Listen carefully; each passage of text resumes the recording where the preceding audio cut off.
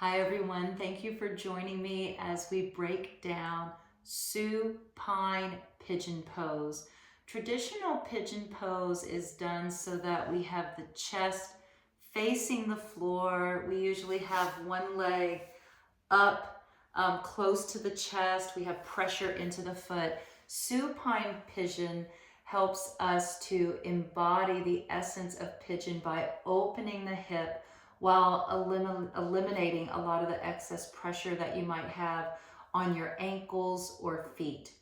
We're using 4 pillows today to break down supine pigeon, and I also have that extra bath towel on hand just in case I notice some uncomfortable or hard spots on the floor. I can provide that cushioning. Let's get into the pose. Have your props close by. I have my pillow first from the bed to support my head, neck, and shoulders. I'm gonna bring in an extra pillow to put under my hips.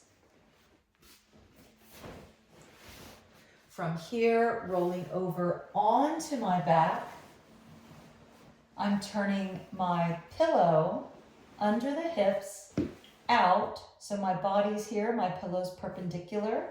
Turning my pillow out so it's underneath my waist, behind the navel, all the way down to my sacrum. And I have a little bit of a tilt in my hips here. So you see if I push into my feet, right here I'm contracted, my low back is flat.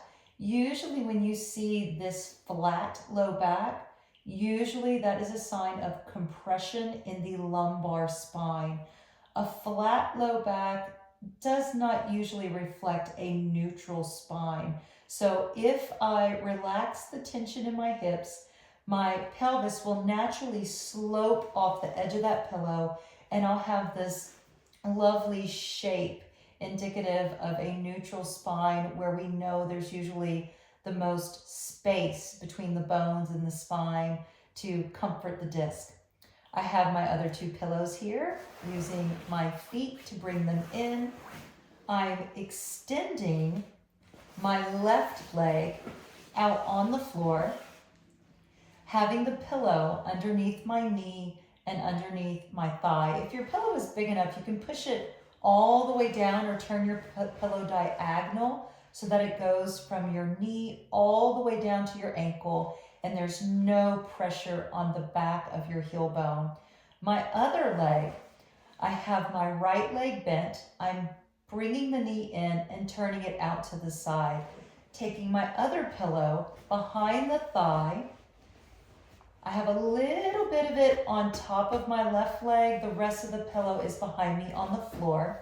And then I'm gently resting my foot up high on the thigh and allowing my right bent leg, my knee, to gently relax and open. So I'm getting a nice stretch out from the left hip to the right hip and then trickling down towards the right knee.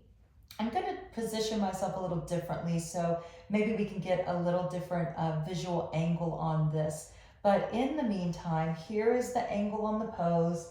Head is at neutral, chin is down, breath is soft.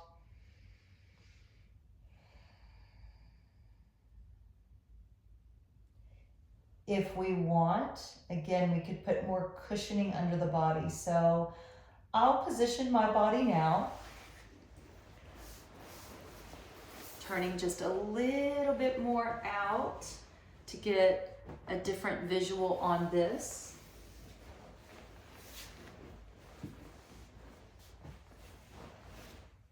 One pillow underneath my knee all the way out to my ankle. Other pillow under the thigh, a little bit on the extended leg, foot down, and then opening out to the side. Gaze is up towards the sky. If we want more cushioning, I have my towel here. Not only more cushioning for the leg, but also this is going to change the angle of the leg. So having this pillow, it is low, it's 1 pillow. My thigh is fairly high, so it is providing a fairly large inner thigh stretch.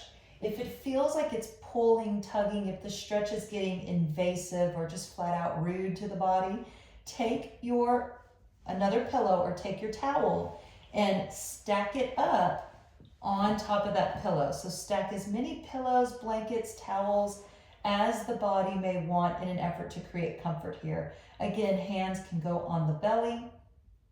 Neck is neutral. Neck may pull a little bit to one side or the other due to natural structures, ligaments, tendons, muscles could be tight in the body. Get comfortable with it.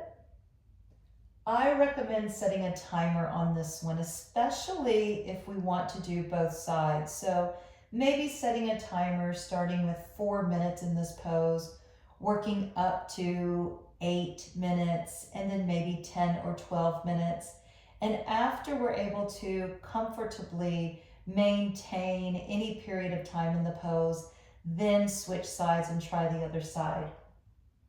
Something to note about many of these postures that are asymmetrical is that you do not have to do them on both sides. Sometimes when we have an imbalance, we really only want to work on one side. So go with your own intelligence and intuition as to what your body might be craving in this practice. Focus on your breath and move towards comfort.